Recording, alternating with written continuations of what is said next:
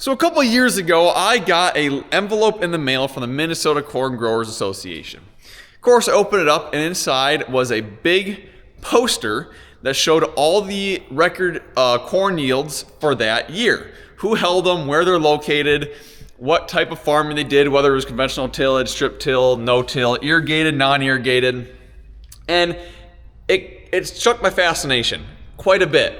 And I ended up looking at this poster I kind of had it sitting on my family room floor for several weeks, kind of looking over, and I thought, a lot of these yields don't seem that too far out of reach.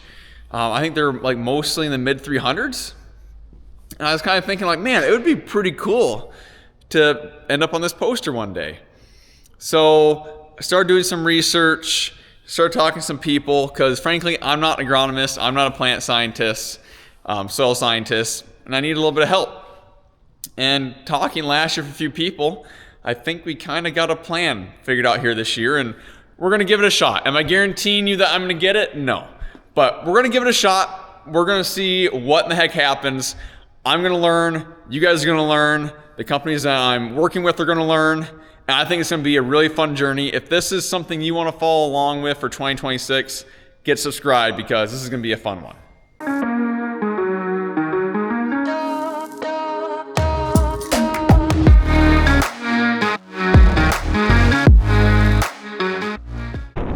So to help me achieve my goals, I have 3 awesome partners that decided, you know what, this sounds like a great idea, we're in. And first would be Wiffles. So in this test plot, we are planting Wiffles 5684. I actually got Mike from Wiffles coming to help me with the test plot, just to make sure that depth is good and consistent, down pressure is where we want it, all that fun stuff. And he'll talk a little bit about why Wiffles 5684 is a good contender for the high yield test plot. I do know one thing, it was a hard variety to get.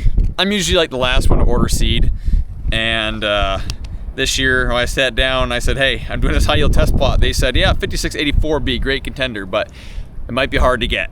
But they got me a few bags, enough to do the plot here. So thank you, Wiffles. And now the next sponsor is Next Level Ag Solutions, or Agriculture Solutions. Wow, my hair is doing funky things. Out of Clara City, Minnesota. I met them at Farm Fest, which is kind of our local farm show here in southern Minnesota. And I kind of ran this idea past them. I wanted to do this, and they said, hey, we want to help you. So they are supplying basically all the fertilizer, all the nutrients that are needed to get this crop to hopefully be a record-breaking crop. So big shout out to them.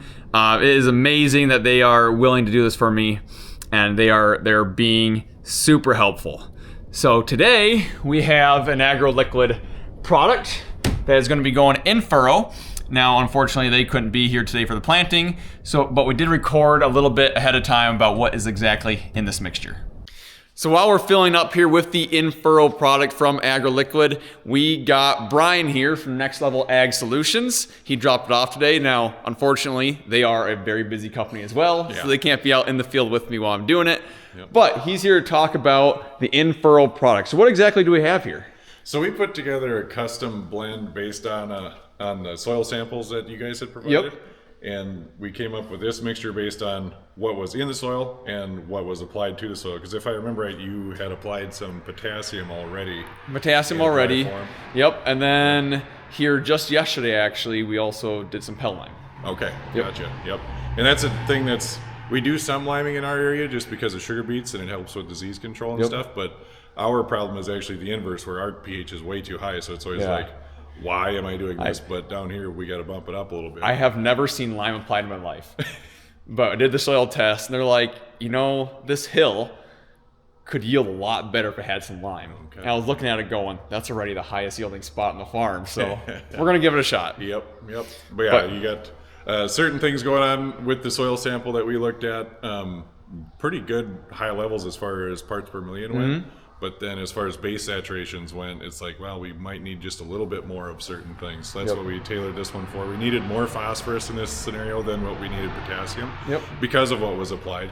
But still some potassium needed, and hopefully that'll get good root growth and plant health and a good start overall. And then also with the calcium too, we never think that we really need calcium in our soils. From northern Iowa all the way to central Minnesota, same thing, parts per million is high, but depending on the actual base saturation, what's really available to the plant, we find that throwing a quart of our Liberate calcium into the mix can actually get a big boost. So we did that as well. So do you know offhand what the actual mixture is for this? If not, I can put up on the screen too. Yeah, if I remember correctly, we had 2 to 3 gallons of our Pro Germinator, and then we split the potassium side with our Surecane and Calibrate. I can't remember the exact rate there, but it was lower than we normally did just because of what potassium was applied already. Okay. Quart of Liberate, quart of Micro, if I remember right, Micro 500. Again, these are all agro-liquid products that we can pre-blend and have ready to go in furrow. Comes right from the truck to your farm, as you experienced. Yeah. The guy Not always during daytime hours. Yeah, like 11 o'clock last night, tanker pulled up, and we had this clean cage sitting here, and we dumped her right in. Yeah, absolutely. So we're doing 10 gallons an acre in furrow, or what are we doing? I'd have to look at the sheet to remember, but that does sound correct. Yep, I was told 10 to 12, and that was like a month ago, so I haven't got the final thing yet. But so it must be really low salt then. Yes, absolutely low salt. It is the lowest salt content product on the market, that I know of. Everything else, our main competitors are all kind of that 12 to 16 on the salt index scale. All of our products are under 10 that we use on the in-furrow side. Obviously, the nitrogen that we'll talk about next, that's a straight nitrogen, that's going to be a lot higher. But these things, I've actually had guys accidentally screw something up with their orifices, and we've dumped 16 to 20 gallons in furrow, and we haven't had no issues, seed damage. So it's a very versatile product. It's been very good for us and the guys who've been using it. I'm very glad to try some out. Yeah. Speaking about the nitrogen, let's go over to that. So this is your 28 replacer? Yes. Yep. Yeah, AgroLiquid's mix is, by analysis, it's 27% nitrogen and 1% sulfur. Okay. With everything that they do, nitrogen-wise, they always pair a little bit of sulfur with it to help with the nitrogen efficiency and uptake. So we're kind of at the minimum with the 10% or the 1% on it. A lot of times we'll put Access, another sulfur product, to bump that ratio up, but this is a good starting point for a lot of things. Okay. The mixture itself, it's packaged just like all AgroLiquid's products are, with a flavanol polymer to protect the nutrients so they don't volatilize too quickly. So it is a pre-stabilized mixture and maximize the uptake out of it. So we figure out of every gallon of high energy N, we're getting about 4 pounds of nitrogen. Okay. Yeah. And I think I'm putting 30 gallons an acre on with this. Sounds correct. With my high boy, which has just 10 acres, 300 gallon tank, 30 gallons per acre. Yep. Perfect. Yep. One tank. Yep. Sweet. Yeah, very versatile thing there. We have a lot of guys that'll either do it 2x2 up front, spray it with their pre's broadcast with the sprayer up front, or they'll do an early side dress. Like I say early because it is pre-stabilized, so we need to get it up there up front. That was my next question, was if I can mix my pre-emerge in with this, and that shouldn't be a problem. Yeah, absolutely. Yeah. Perfect. That's what I'll end up doing. Yep. Awesome. So yeah, that's kind of a rundown of the plan we did. Hopefully we peg out the top end of the chart for this fall. Yeah, I think we're doing everything that we possibly can to get there. We just need to rely on Mother Nature at this point. Yeah. Yep. We can plan all we want. But yep. It's not up at the end of the day, either. if it doesn't rain or rains too much, it's not going to help much. So hope for the best. Absolutely. Well, I really appreciate it. Yeah. Obviously, we got some more stuff coming later in the season, but this is what we're going to be doing here for planting pre-emerge. Yep. So, thank you for coming. Yeah, thank you. Appreciate it. And then lastly, we have Novonesis. Now, I worked with Novonesis last year, used their products Torque and Ratchet, and had great success, especially with the Torque. This stuff was an 8.5 bushel increase for me on my test plot last year. So that's going to be going in with the in-furrow. So next level AgroLiquid, they're supplying the nutrients. And then Torque, this is going to help manage stress. So it's an LCO promoter. And basically, cold stress, drought stress, whatever types of stress that this could have, this can help manage a little bit. Now, obviously, it's still going to come down to Mother Nature in the end, right? If we don't get enough rain, that's a big problem. If we get too much rain, that's a big problem. Not enough sunlight, yada, yada, yada. But from results I've seen last year with this, Pretty excited about that. And I'm also going to be using their product called Ratchet, which is a foliar applied LCO promoter, which will be later in the season. Okay, so I've emptied out my previous mixture as best as I can in my planter. And now we're going to be putting in the AgroLiquid in-furrow mixture. So we're doing 12 gallons an acre. I have about 10.5 acres. So I need 126 gallons minus 70 per tank. So I'll put about 60 in one. No, I'll put about 70 in one and 60 in the other. That'll give me a couple extra gallons to play with. In case I'm slightly off on my gallons per acre because my system's kind of a guessing game. Okay, we should be sucking from this. Oh, we are, and I forgot to loosen the lid.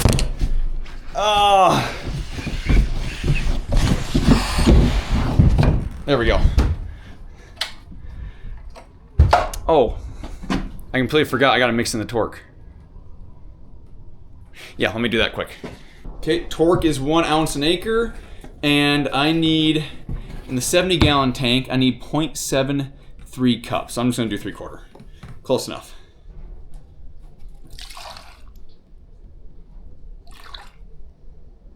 A little bit over.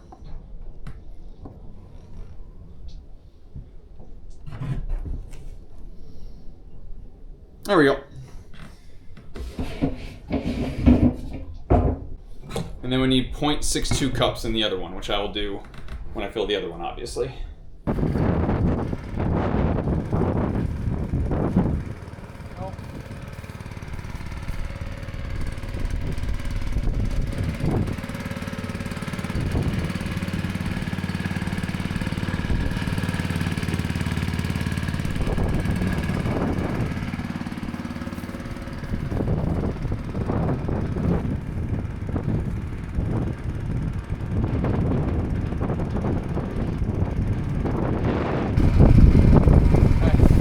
So we got the fertilizer in the planter now, and now we got to put the seed in. And with me here, we got Mike. He is the agronomy manager for Whiffles, yeah. What region? Northwest Iowa, North Central Iowa. Northwest Iowa, North Central Iowa. Perfect. So we got Whiffles 5684 here today. Yes, we do. So when I was talking with my salesman, we kind of got a list of different hybrids that would possibly work for a high yield test plot, and we end up settling on this. And to be honest, I don't really remember the reason why. So why does Whiffles 5684 make a good contender for a high yield test plot? Well, there's a couple reasons for that. The first reason I would say is, let's look at some of the results. So if we look at a lot of the plots that we've got going on across northern Iowa, southern Minnesota, and those areas like that, 5684 has been coming up in that top 20% of all the yield on all of those plots across the region. So overall for the area, this is a really good hybrid that we're looking at for you right here in southern Minnesota. So that's number one. Number two, we talk about some of the hybrid traits. The things that we really like about this one is this is just an overall a very solid hybrid. So it's really good, and it's got a good disease package, it's got very good agronomics, and it's good across the board in a lot of different areas for that. So if you're looking for a high yield contender, overall, you want something that's gonna be solid, that's gonna be there throughout the whole year for that. And then probably one of the other good things about this is a 108-day hybrid. So we're up here in southern Minnesota, it's kind of a little bit later in there, 108-day, but what this one really does is this one puts on a lot of its yield at the end of the season. So it's in that kernel fill stage. So if you look at yield component trials that Whiffles does, and Whiffles is very, very proud of, this hybrid 5684, it puts on over 60% of its yield in that development stage. So it's got really good stay green. It fills out late into the season. Fungicide, gonna be really helpful for this. So when we get later on in the year, if you wanna extend that out, get some of that beautiful looking corn out there, it'll really get that later into the season, keep that stay green going, and really keep that fill going on with that. Awesome. I know this is a good hybrid because of this reason. It's really hard to get. That's true. That's true. I didn't know if I was gonna do a 10 or 20 acre plot to begin with. Yep. Ended up being 10, but I asked for 9 bags. And did they get you 9 bags? They got me 9 bags. There you go. Yeah, but Alex Will was kind of like, Yeah. we'll see. We'll get you 9. We'll get you 9. If you're asking for 12, it is a very popular hybrid for a lot of those reasons. Because, yeah, and I ordered my seeds super late too, which didn't help either. But well, one of the other reasons why this one is really popular is just its ability to go everywhere, and that's one of the things. It's a big flex ear that we've got going. They call it the beautiful corn out there as far as height and things like that. So with that flex ear, it can go across different populations, things like that, a lot of different acres. So folks really have been very happy with this hybrid. Awesome. Well, let's get it put in the planter. Okay. Let's see. So we have 3. 1, 2, 3. So I mean, they're fairly even right now. Maybe just 1 bag per 4 rows. Probably do that. The one thing that I've been fighting a lot lately is seed tube sensors and dust. Yeah, I can imagine that. Last night, all my sensors were going nuts, and every time I went out and dug and measured, there was a seed every 6 inches. So eventually, I just started ignoring it. We have heard, and we always see, well, not always, but depending on your planter, some folks talk singulation, talk seed tubes, suck, things like that. Yep. What we found is all monitors are a little bit different, and when we go back out and we look at them and we field ground truth them and look at that stuff, man, we don't really have those issues. It might come up as some of those things are happening, but it's not really happening. Yeah. No, I have a neighbor that said he switched from he said the planters stay the same. He switched from one brand of monitor to the other. Yep. He said his numbers are completely different. Yep. So.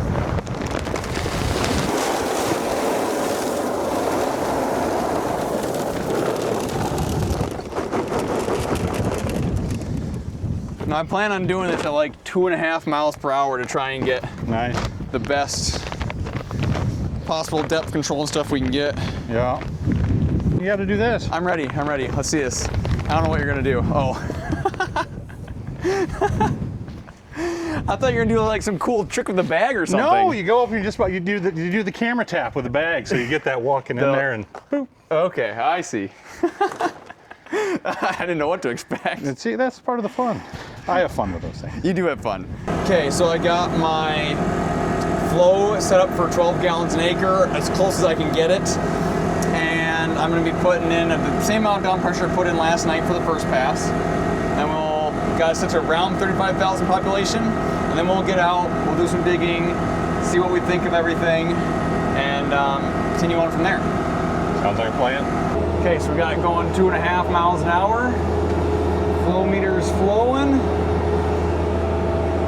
The reason I want to go so slow is to have the most consistent depth I can possibly get. And then also it should help a little bit with like spacing and stuff like that. Obviously I don't want to plant a whole field like this because I'd never get done. Yeah. No, field conditions we got looking at out here right now, just making sure we're getting it as accurate as we can. Yep. Okay. I got my fancy trowel here. All right. Ooh, that's windy. You'd think of the wind at your back, it wouldn't be hitting you in the face. No, yeah. There we go. Here, you want to hold that?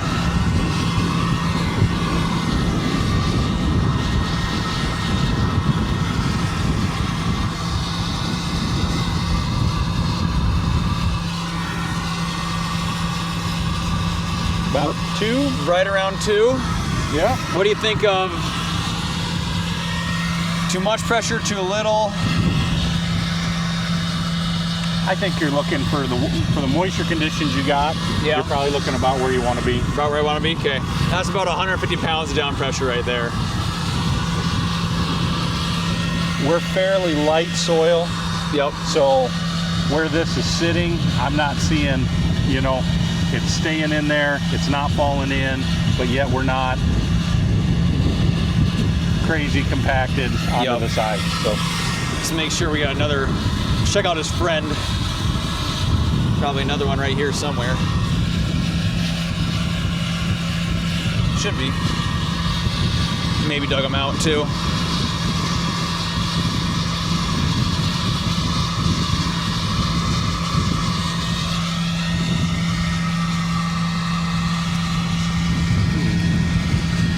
What's going on here? There he is.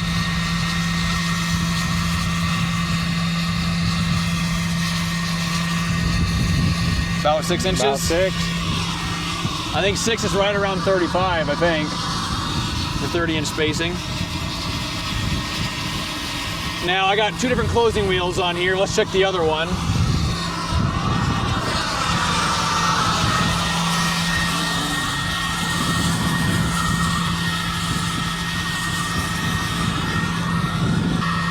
There he is. There you go.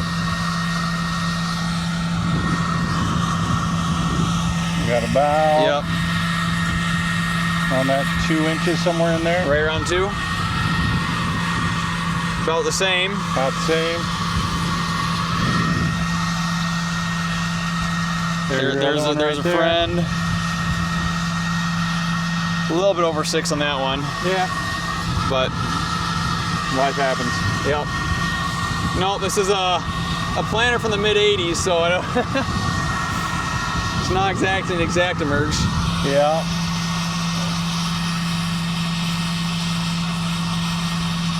Yep, so you're at about that 2 Okay. 2¼ inch, which is where you wanted to be, right? Yeah, I think that too is kind of, especially with the rain in the forecast, I'm not afraid of planting it too.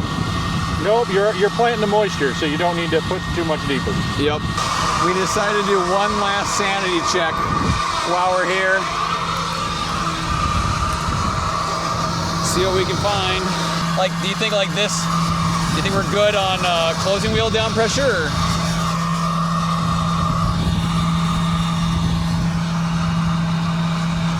I feel like we're doing okay. Okay. Because when it's not as compact as it looks, because it looks better, and then once you start going in there, Yep. then we're getting some of that. So.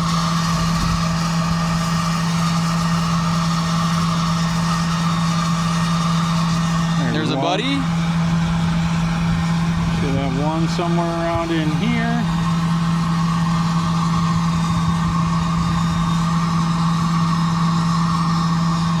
Oh, there we had a Double.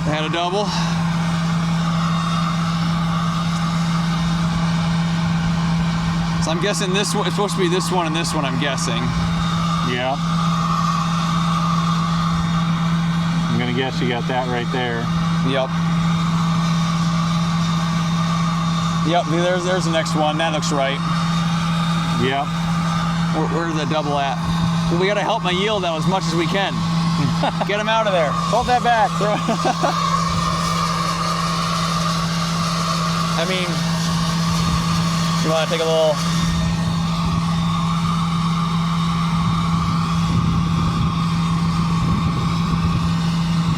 Here, let me hold it like that. There we go. Little over 2.5 there. About 2.5. But you got a little more moisture going on in here. Yep. So my guess is. And also back there, I was measuring from the top of the seed, not the bottom of the trench. So if I go from the top of the seed. Still about 2.5. 2.5. Which you're going to have some of that variance with what we're looking at with this soil. Yep.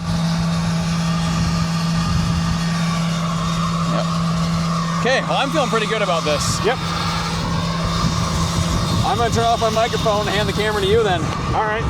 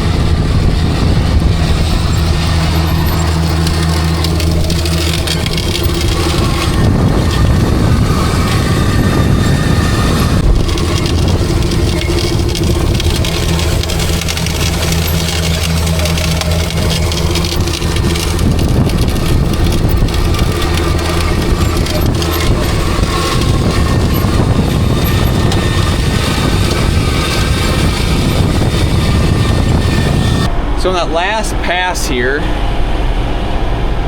my 2 inside rows, row 6 and 7, were not applying liquid.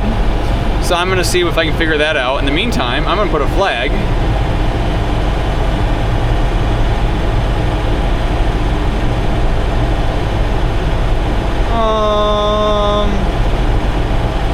Is there an other? There it is.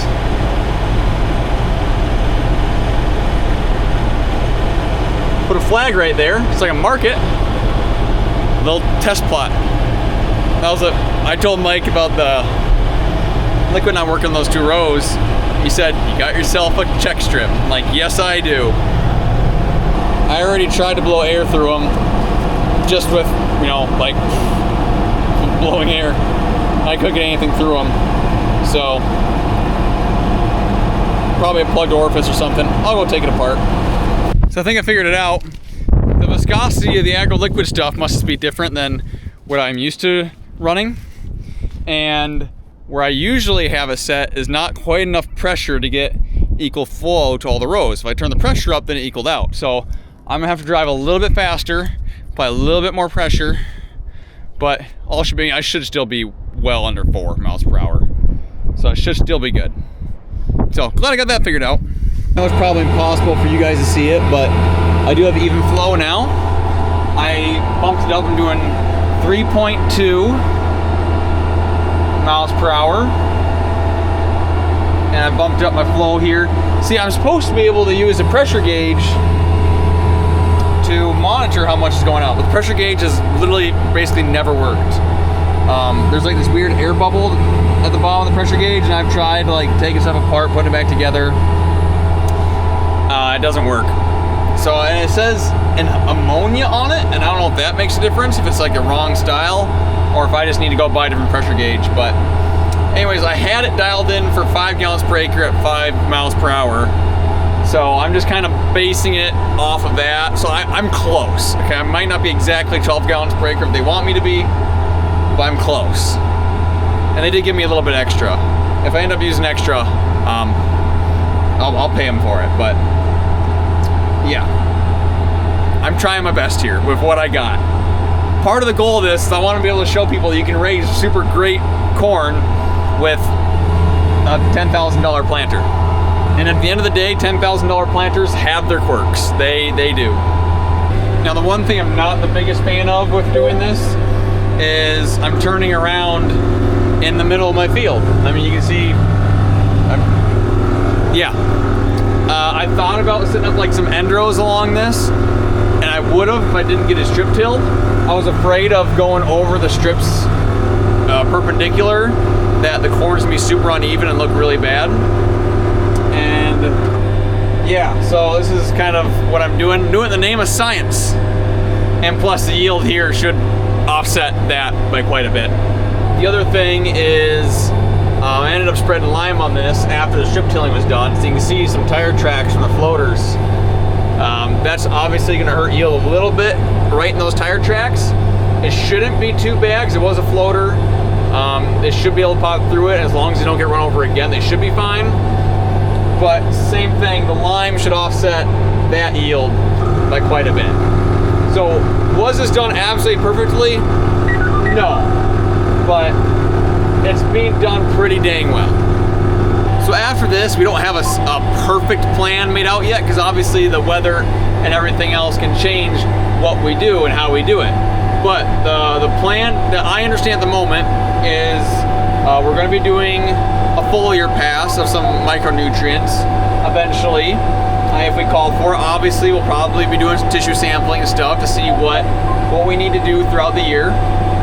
Obviously, I'm putting torque in right now, and then when I come back and I side dress, I'm actually put another thing of torque in. So we're going to do torque twice on this from Novonesis.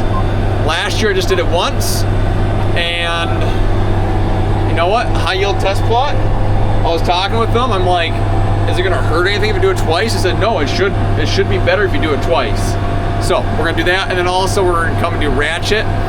So when we do foliar, I got to talk to them when to do ratchet. I don't know what stage it needs to be done. If that needs to be done with a post herbicide, or if that needs to be done like with a foliar or a fungicide. I'm not for sure on that yet, but we're gonna come and do some ratchet on this as well.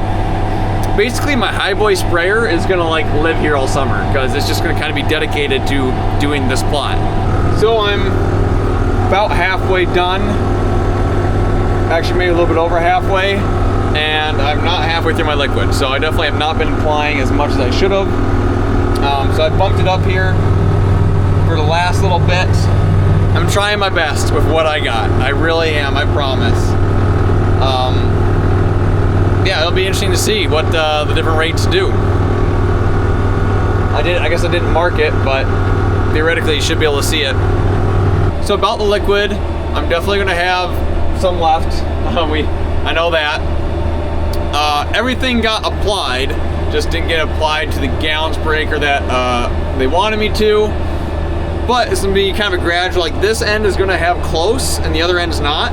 I think what it is my pump just, I don't know if it's like if this is different viscosity. My cheap pump just doesn't seem to be able to handle it.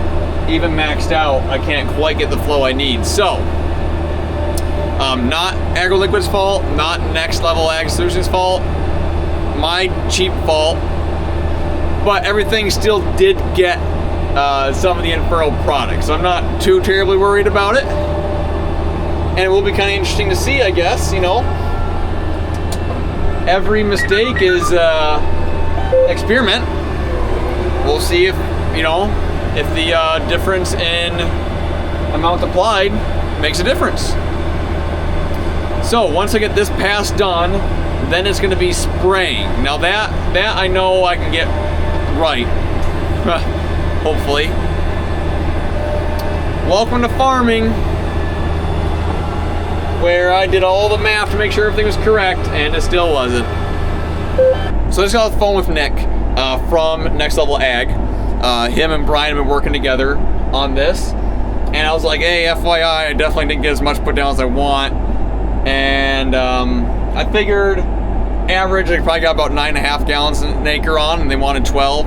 Obviously, the first stuff I did is less than the last stuff. And he said, yeah, he said, no, you still got a pretty decent shot in there, you know, don't worry too much about it. He said, can you get this out of your tank and put it back into the tote? And I said, yes. He said, perfect, because we're gonna use that to apply foliar later in the season. So that's pretty cool, I didn't know that. It's actually very versatile. You can put it in furrow and you can put it as foliar. So, pretty cool to hear that. So yeah, he's not too worried about it. I might go try dribble a little bit over top just to see what happens. But yeah, actually it seems to be working pretty good. I can see a nice little drip right over every single row. And it's supposed to rain tomorrow, so it'll get incorporated. This might actually this might not actually work too terribly bad. Yeah, look at it, it's dripping it right over where it needs to be. I just kind of got the planter set so it's not touching. I guess these are kind of touching. I mean, barely. I mean, just that one actually, the rest of them aren't. Yeah, I'm just gonna do that for a few passes. Okay, and he did tell me this is okay to do if I wanted to try it, so. I just did 4 passes or 2 rounds of that, just to see what will happen. Let's go get the sprayer ready. So a couple days after I finished planting the high yield test plot, I went out with my High Boy sprayer and I sprayed their nitrogen replacement at 30 gallons an acre. I had the perfect amount. I ran out of pressure just as I started finishing up the plot. And I was also able to incorporate my pre-emerge chemical in as well to help prevent some of those weeds from popping up here. And the rest of the field was sprayed with 32% at 20 gallons per acre with the pre-emerge chemical in that as well. But guys, like I mentioned at the beginning of the video, if this high yield test plot intrigues you, make sure to get subscribed. This is going to be a kind of standalone series throughout the 2026 year, and I'm super excited to see what we can accomplish if Mother Nature is on our side this year.